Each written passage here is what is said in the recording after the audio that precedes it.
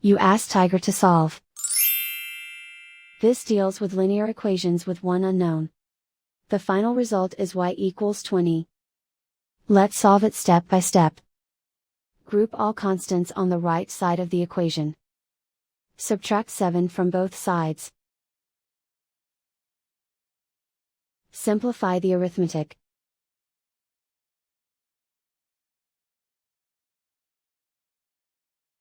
Isolate the y.